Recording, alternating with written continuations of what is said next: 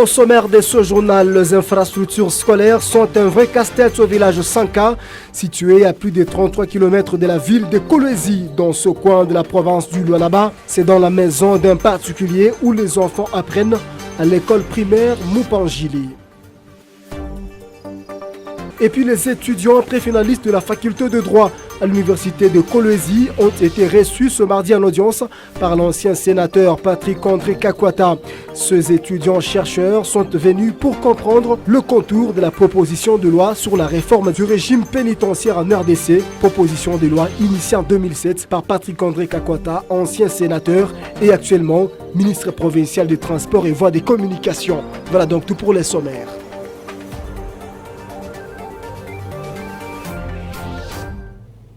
C'est parti pour un nouveau journal sur votre télévision. Madame, Messieurs, merci à vous d'être avec nous dans cette édition du journal. Tout d'abord, un accident de circulation vient de se produire il y a quelques minutes. C'est autour des 19h sur l'avenue Kamina. Nous sommes au quartier Motoshi dans la commune de Manika. En effet, une Jeep des marques Surf immatriculée CGO 4108/AA14 vient de faire un tonneau avec à son bord 4 personnes, 3 femmes dont un homme. L'excès de vitesse serait à la base de cet accident. Je vous prie de regarder ces images no comment et un témoignage.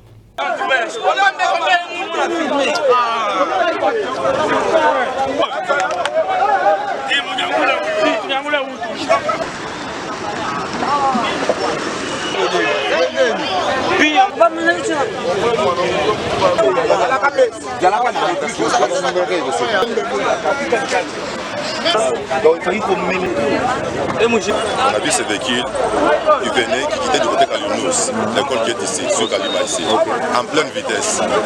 Les chauffeurs étaient ivres, ils portaient à bord 4 femmes, et toutes étaient aussi ivres.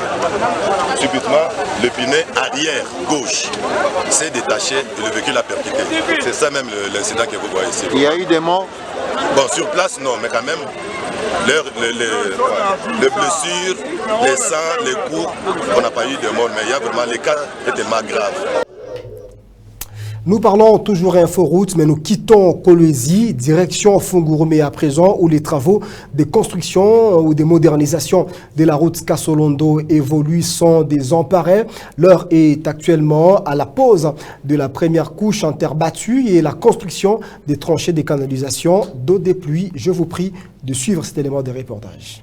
Cette dame est en train de conduire cet engin pour redorer l'image de cette artère qui se trouve au croisement de la route numéro 39. Sur place, les travaux de construction des tranchées pour canaliser les eaux des pluies évoluent sans embûche. D'autres engins aplanissent la terre. Les travaux s'effectuent sous l'œil de la population et l'entreprise promet de respecter les délais.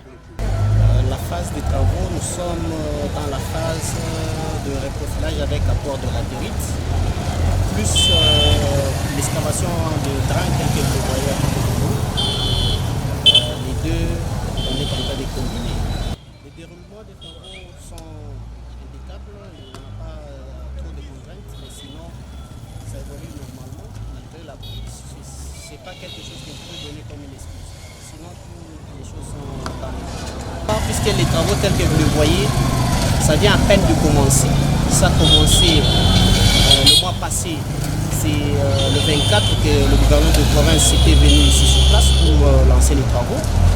Et les travaux proprement dit ont commencé une semaine après, puisqu'il fallait terminer l'installation chantier.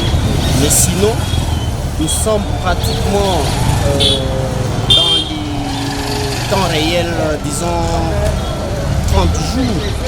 Mais on a déjà reprofilé, scarification, reprofilage, on a terminé.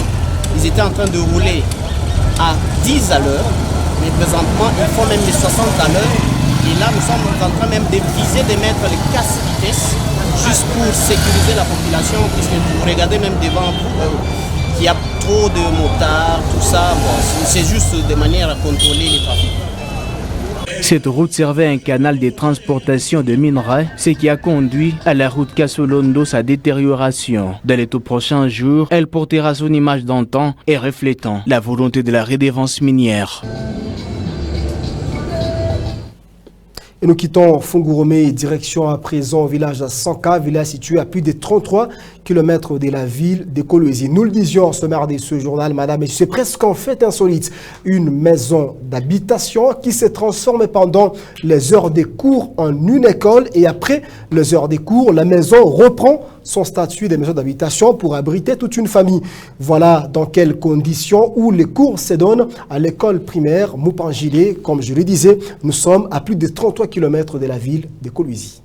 Aux premières vues, c'est une maison d'habitation. Pourtant, elle sert en même temps des classes pour les élèves de l'école primaire Moupangilé. De l'autre côté, c'est un petit bâtiment sans porte, utilisé comme une classe. À l'intérieur, c'est vide. Pas de bancs, ce sont des planches en bois placées sur des briques qui servent des asseoirs. Ce n'est que ces petits tableaux plaqués au mur qui identifieraient que c'est une classe d'études. Sinon, c'est une porcherie.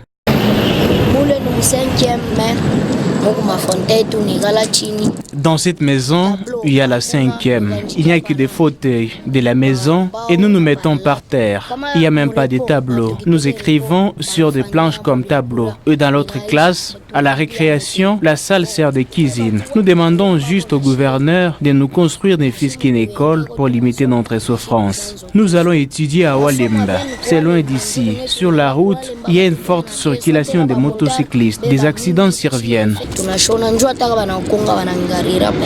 Derrière ces deux misères, c'est une classe qui ressemblerait à un bâtiment délaissé après un conflit armé. Ces bâtiments en détérioration est juste soutenu par un tronc d'arbre. Étant dedans, c'est une salle de jeu sans matériel. C'est un scénario qu'on croirait vivre ailleurs. Plutôt, c'est dans les lois là-bas, à 33 km du centre-ville de Kolwezi. Les petits-enfants sont au bout de leur souffle. Nos enfants reprennent toujours les chemins de l'école avec retard. À la base, dans mon village, il n'y a pas d'école. Les enfants étudient à Walemba. Avec cette saison pluvieuse, c'est difficile de laisser un enfant seul parcourir une longue distance. Pour tenter d'étudier dans les meilleures conditions, il faut commencer à parcourir 6 km par jour pour atteindre Walemba. Pour eux, l'école secondaire n'existait pas. Par manque des écoles des humanités, les habitants du village Sanka se contentent que de leur certificat d'études.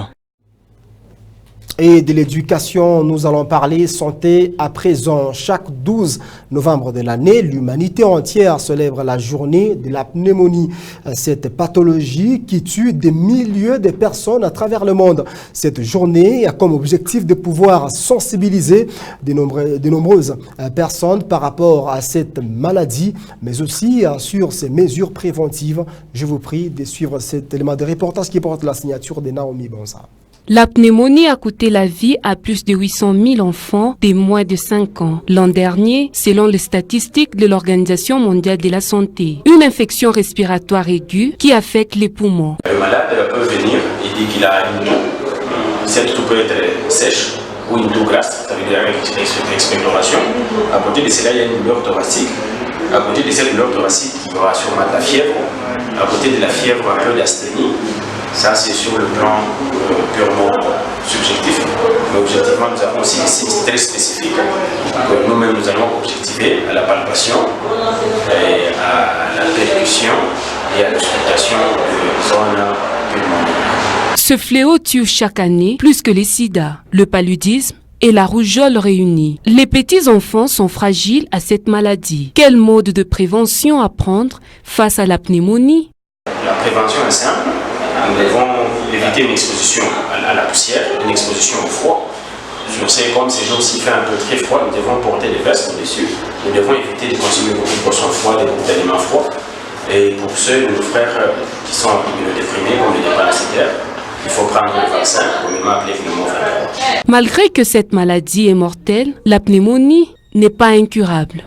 Et il y a bien évidemment des médicaments que nos amis pharmaciens ont produits. Il y a toute une panoplie de médicaments.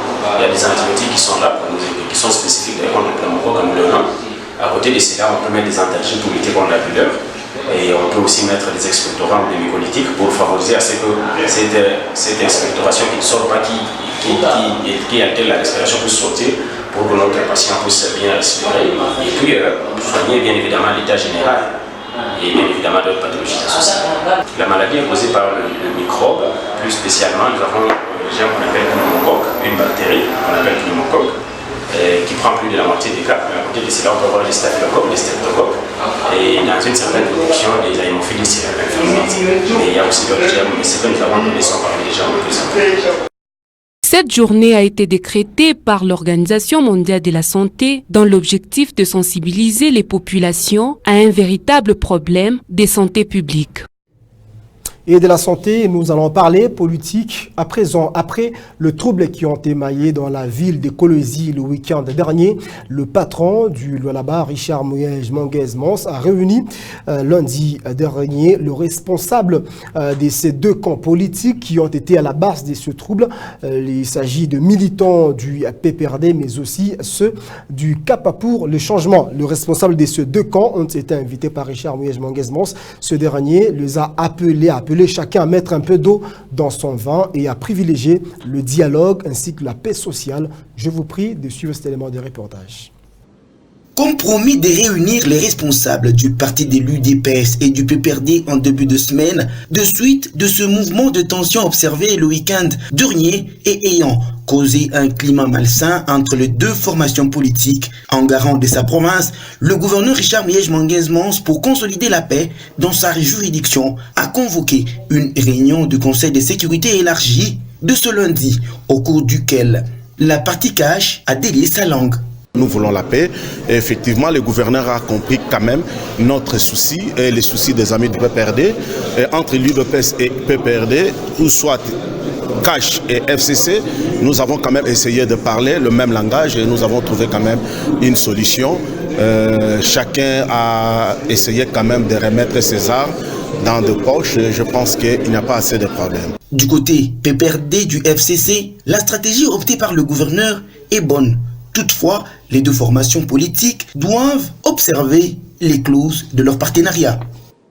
Les membres du PPRD ainsi que nos amis de l'UDPS, il était important que nous puissions tous regarder dans la même direction, étant donné que nous faisons partie de la coalition.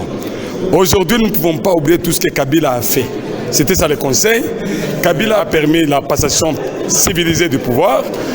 Et aujourd'hui, nous avons un président, donc on ne peut pas oublier Kabila, tout ce qu'il a fait. Et aujourd'hui, on nous a demandé, nous, PPRD, de respecter le président Félix Tshisekedi. Nous le respectons, nous, en tant que PPRD, parce qu'on nous a donné ces instructions par notre hiérarchie et nous continuons à les respecter. Le ministre provincial de l'Intérieur et Sécurité a tout intérêt à observer l'effectivité de cette situation de quiétude. Mais lorsque vous voyez les gens autour du gouverneur, d'abord ce sont des responsables et ils viennent de nous promettre tous que chacun va rentrer à la base pour que la base comprenne le sens de la coalition et cette coalition ne peut aller de l'avant que s'il y a la paix. S'il n'y a pas la paix, ça sera juste des poèmes que nous allons réciter. La hache de la guerre vient d'être enterrée, place actuellement à un nouveau départ qui vise la paix. Espérons que cette hache de la guerre est sérieusement enterrée. Madame, Messieurs, en sa qualité d'ancien sénateur, le ministre provincial en charge des transports et voies des communications, André Patrick Kakwata, a reçu ce mardi dans son cabinet de travail une délégation des étudiants préfinalistes de la faculté de droit de l'université de Kolwezi. Ceux derniers sont venus rencontrer cet ancien sénateur afin d'être fixés sur les motivations, mais aussi des innovations également, des contours de la proposition de loi sur la réforme du régime pénitentiaire en République démocratique du Congo. Une proposition de loi initiée depuis 2007 alors que Patrick André Kakwata n'était qu'un simple sénateur. Ces étudiants préfinalistes en droit sont venus s'abreuver à la source de la proposition de loi sur la réforme du régime pénitentiaire en RDC. Une proposition de loi initiée en 2007 par son Excellence Patrick André Kakwata, sénateur à l'époque, n'ayant jamais été promulguée. Plus de 10 ans plus tard, cette proposition ne cesse de résonner dans les cerveaux de la crème intellectuelle. Heureusement pour ces chercheurs, l'initiateur est encore vivant et la matière a coulé. Et il faudrait comprendre que cette loi n'était que j'ai posé juste les principes. C'était bien dit principes fondamentaux sur le régime pénitentiaire. Donc j'ai juste posé les bases. Arrêté, j'ai 22 ans ou j'ai 18 ans. Mais de ma prison, je continue mes études. C'est ce que nous on a amené. Donc 18 ans, vous avez fait un fait, vous vous retrouvez en prison et que vous avez été condamné pour 3 ans, mais dans les 3 ans là, vos études, vous le continuez en prison. Vous savez même quitter de la prison avec un diplôme de graduat. Mais avec le système aujourd'hui LMD, donc de 3 ans en prison, vous en sortez avec vos diplômes de licence. L'audience a pris les allures d'une séance de cours académiques. Au même moment, les étudiants prenaient notes et enregistraient dans leur téléphone portable pour ne pas louper un seul détail sur la motivation et les innovations de cette proposition de loi d'André Patrick Kakwata. Les questions étaient permises pour la meilleure compréhension. Ces étudiants préfinalistes sont sortis de l'audience très satisfaits. En son temps qu'elle était encore parlementaire, c'était lui qui a initié cette proposition. Voilà pourquoi nous sommes venus le voir, vu que nous avions vu un cours de sociologie pénitentiaire, il fallait qu'il nous éclaircisse sur ce point-là. Nous sommes venus le voir dans le cadre, qu'il puisse nous parler sur son apport ou son projet, sa proposition sur la réforme du régime pénitentiaire de 1965, donc qu'il puisse nous donner ses apports, ce qu'il a eu à apporter comme innovation. Le LIT reste consciente que l'adoption et la promulgation de cette proposition apporteraient beaucoup d'améliorations sur les conditions carcérales en RDC et surtout à l'ordonnance 344 du 17 septembre 1965 portant régime pénitentiaire. Arrivée fin mission dans l'espace Grand Katanga, la délégation nationale du MRL a été reçue ce mardi par l'autorité morale de cette formation politique afin de rendre compte ou encore donner le rapport final de cette mission qui a commencé dans la province du Haut-Katanga et puis la province du Lomami pour chuter dans la province du Lualaba. Après un séjour de durs labeurs dans les provinces du Haut-Katanga, Olomami et Lualaba, la délégation nationale du MRL est arrivée fin mission. Avant de regagner la capitale Kinshasa, redevabilité à la hiérarchie exige Nandi Angalikiana, présidente nationale intérimaire, et toute sa suite ont été voir l'autorité morale du MRL, Patrick André Kakwata. Et aujourd'hui, nous sommes passés voir notre autorité morale pour nous remercier déjà pour la confiance et l'accompagnement pour cette mission et la réussite. Il en est pour beaucoup et aussi de faire rapport du déroulement de notre mission. Je pense que c'était la visite principale que nous avons ici. Mission totalement réussie qui a contribué à hisser encore très haut le standard du mouvement de réformateurs libéraux dans l'espace Grand Katanga. Je demande à tous la dévotion, l'engagement total, le dynamisme pour que demain notre parti connaisse une réussite ou encore une grandeur incontournable. Je remets à notre autorité morale d'abord notre confiance par rapport à l'équipe qu'il a choisie et je dis sincèrement merci parce que par rapport aux activités que nous venons de faire pour notre tournée.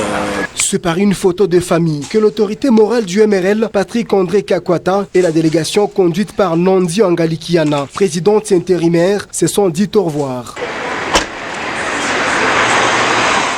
Nous allons chuter avec ce journal en sport. Le sélectionneur principal des Léopards seniors de la République démocratique du Congo, Christian Sengui, a rendu public depuis le début de ce mois la liste de 25 joueurs sélectionnés pour le match contre les Gabon le 14 novembre et la Gambie le 19 novembre prochain.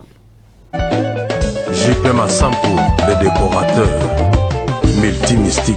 Parmi les 5 joueurs écartés, il y a notamment les gardiens de but. Rifi Mandanda, Enzo Alberto, Nil Depawa, Jonathan Okita, Gaël Kakuta et les défenseurs de l'AS Victoria Club à Vandongo. Voici par ailleurs la liste des 25 retenus. Dans la perche, nous avons comme gardien de but Joël Kasumboa, Jackson Lunanga, Timothy Brice Fayoulou qui vient pour la première fois enfiler les maillots des Léopards. Comme défenseur, Moukoko Amale, Jordan Ikoko, Christian Luindama qui évolue avec la formation de Galatasaray, Marcel Tisserand de Wolfsburg en Allemagne, Chancel Bemba de Porto, Arthur Maswaku, Fabrice Sankala, Claudine Gonda, Wilfried Mouké. Au niveau de la charnière, nous avons Ganeli Mboula, Samuel Moutoussami, Paul Josué Mpoko des Standards de Liège en Belgique, Neskes Kebano des Flammes en Angleterre, Shadraka Kolo, Jordan Boutaka, Yannick Alabo Bolassi, Dieu merci Dongala, Godiou Koki. Et l'attaque sera bel et bien animée par Cédric Bakambu, Jackson Mouleka de Tupisa Mazembe, Nelson Bangala ainsi que Jonathan Bolingue. A noter que les léopards de la RDC ont démarré les séances d'entraînement depuis le 11 novembre pour mieux préparer ces deux rencontres et comptant pour les 2 premières journées des éliminatoires de la Coupe d'Afrique des Nations qui aura lieu au Cameroun en 2021. Il ne nous reste qu'à vous dire merci de nous avoir suivis. C'est donc la fin de ce journal.